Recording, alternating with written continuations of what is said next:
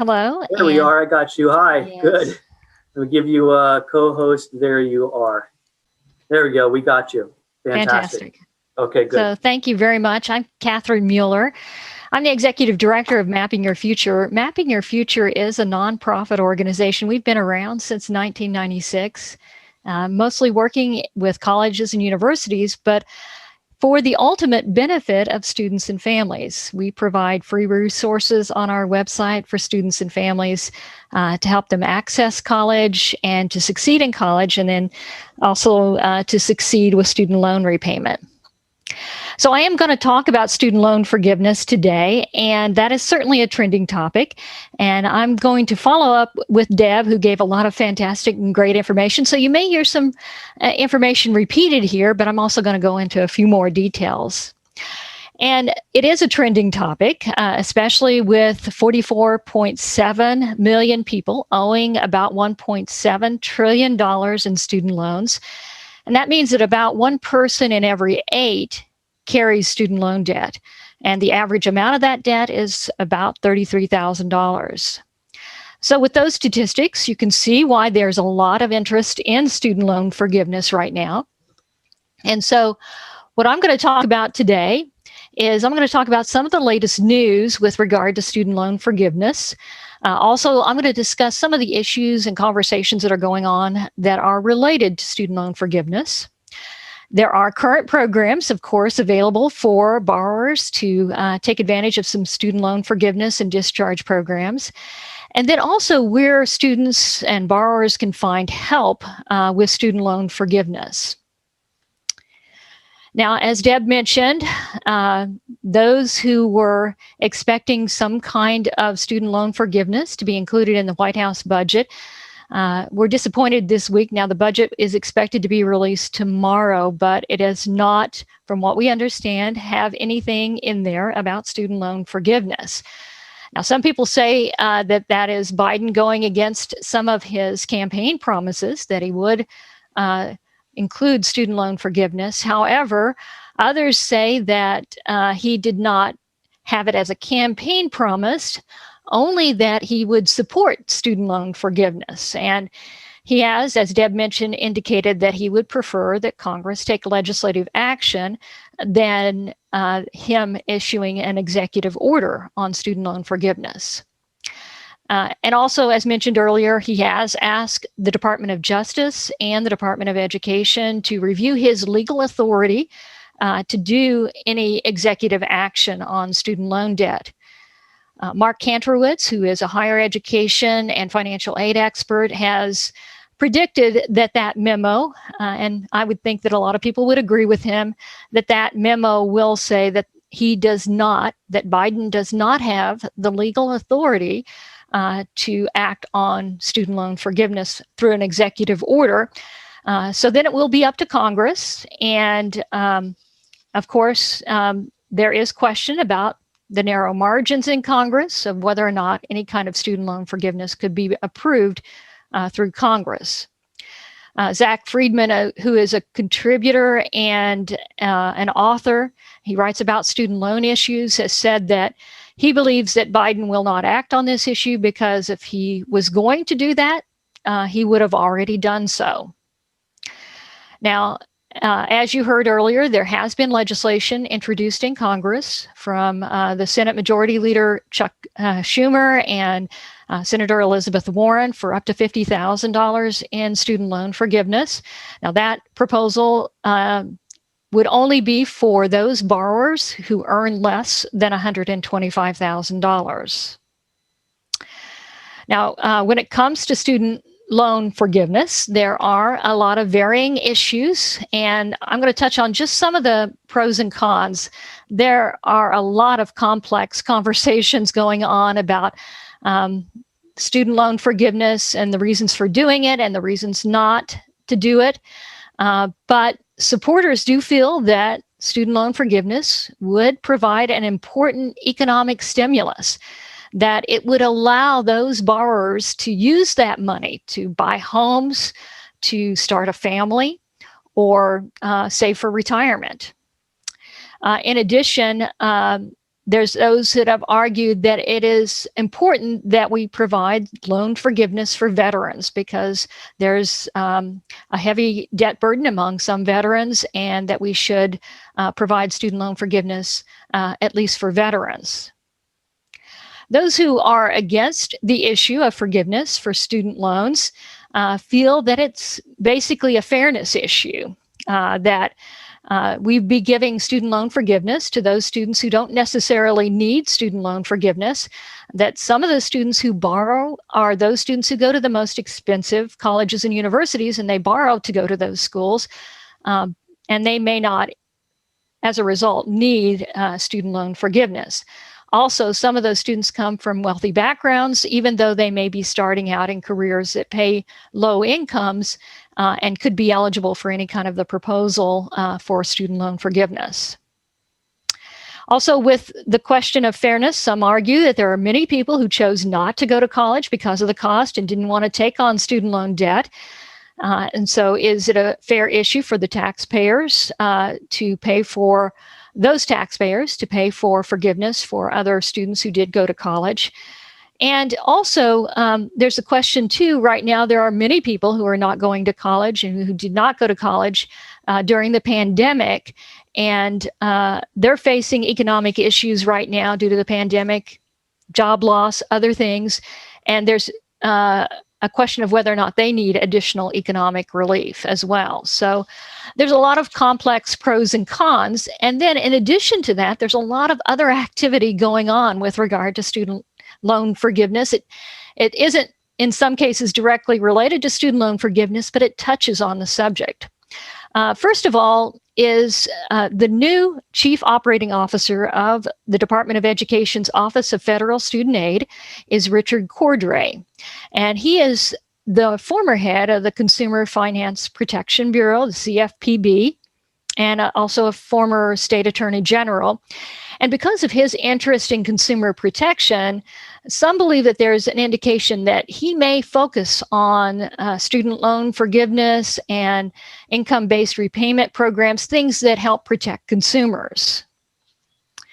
Kind of related to that, on Monday of this week, the Department of Education did announce that they are going to have public hearings in June to address some of the regulations on income-based repayment and student loan forgiveness. And so that could be the beginning of an overhaul of some of the regulations with regard to income-based repayment and student loan forgiveness, basically aimed at helping simplify the path for students who are trying to get loan forgiveness or get a lower payment. Legislation related to the pandemic placed all student loan payments on hold and the interest rate at zero. That is all federal student loans. Now that's scheduled to end September 30th. And so there are many people that are concerned, especially those in the industry, the servicers, financial aid professionals, about a smooth transition on October 1 when borrowers begin repayment. And so there's probably a lot of people paying close attention to that, trying to get a lot of things in order as students have to plan for repayment on October 1st. As Deb mentioned, there have been other free college proposals, and one of those was Senator Bernie Sanders' proposal. He's proposed eliminating tuition and fees at four-year public universities for anyone making less than $125,000, and also included in that is free community college. Now, one of his arguments and the arguments of others that support that legislation is that we're addressing the problem on the front end by that kind of legislation.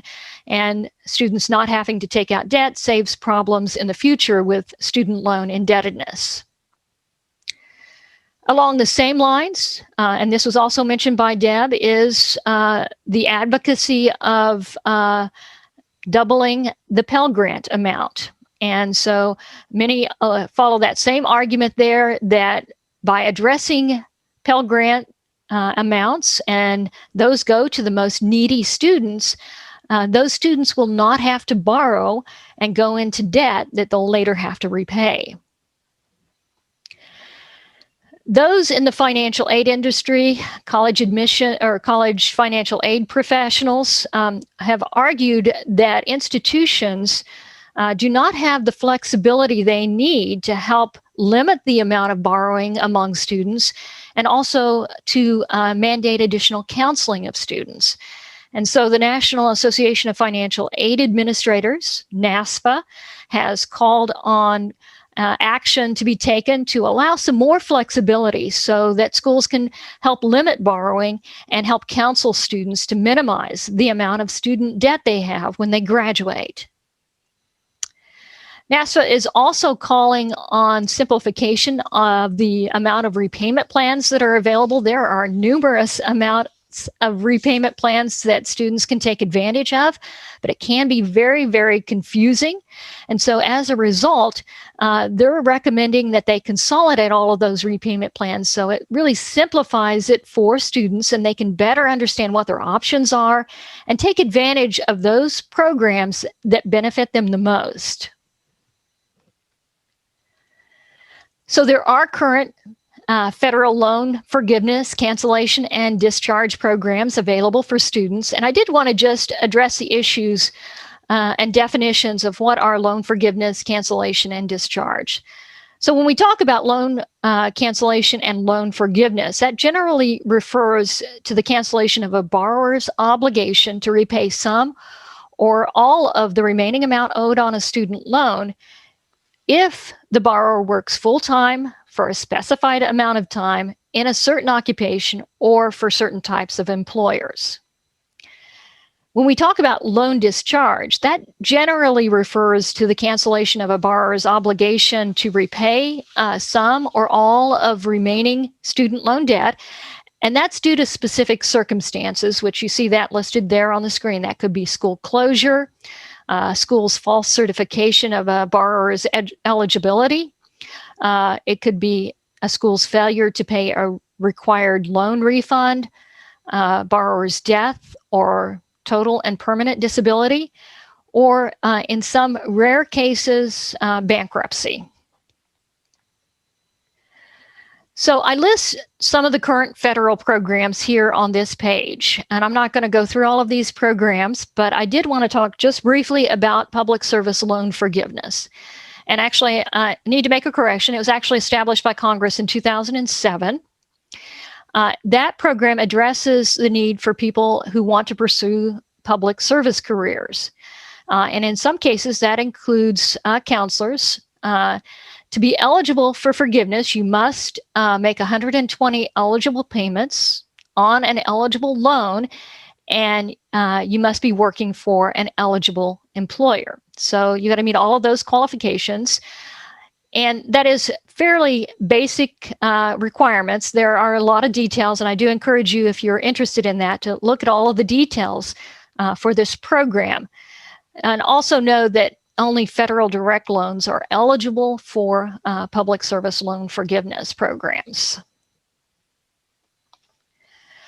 In addition to the federal programs, there are other programs available, and there is a website, a partner of ours, the Institute for Student Loan Advisors, has a list of all or most of the loan forgiveness programs that are out there. There are state-based programs. There are programs for military service, and there are also programs based on employment or career. In addition, I wanted to mention repayment assistance, and it is not necessarily a loan forgiveness program, but many employers now are offering employees a student repayment assistance. And so it's a great program. It's an advantage for the employee, and it's also an advantage for the employer. For the employee, they can save money and spend money on other things. They can save for retirement. For the employer, it's a great program because they retain and attract important talent. So in addition to mapping your future, and we have our contact information there, and that link goes directly to our loan forgiveness page on our website. I did mention the Institute of Student Loan Advisors, also known as TISLA, and that's a direct link to their information on the different student loan programs, student loan forgiveness programs that are available. Also, they are a nonprofit organization and offer their resources for free, similar to Mapping Your Future, but they do offer training programs like the Student Loan Counseling Boot Camp if you want to learn more. There is a fee for that program, but I did want to make you aware of it in case it's something that you want to take advantage of. Also, Federal Student Aid offers information on its website as well. And then if you feel that you or someone you know is eligible for loan forgiveness, they really should contact their student loan servicer. Sometimes students aren't aware of who their loan servicer is, so you can find that out by calling that 800 number. Or you can go to studentaid.gov and log in, and you can see your loans and information about your loan servicer on that page as well. And so, as I mentioned, student loan forgiveness is a trending topic. So it's constantly changing. We're seeing news come out about it every day. So I just want to let you know that this is kind of a snapshot in time. And I do encourage you to follow the news or follow with Mapping Your Future for the latest information on student loan forgiveness. Great. Thank you so much, Catherine. Are there any folks that have any questions for our good friend Catherine here? Just please unmute yourself.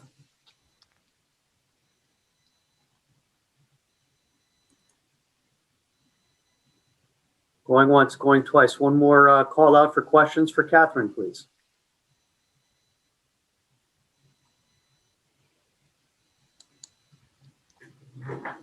Okay, well, I guess we'll call it at that. Thank you, Catherine, so much for your attending and supporting us today. And thank you to all of our presenters and all of our attendees. Oh, I do see one hand from Jason Adler. Sir, if you want to unmute yourself. There we go.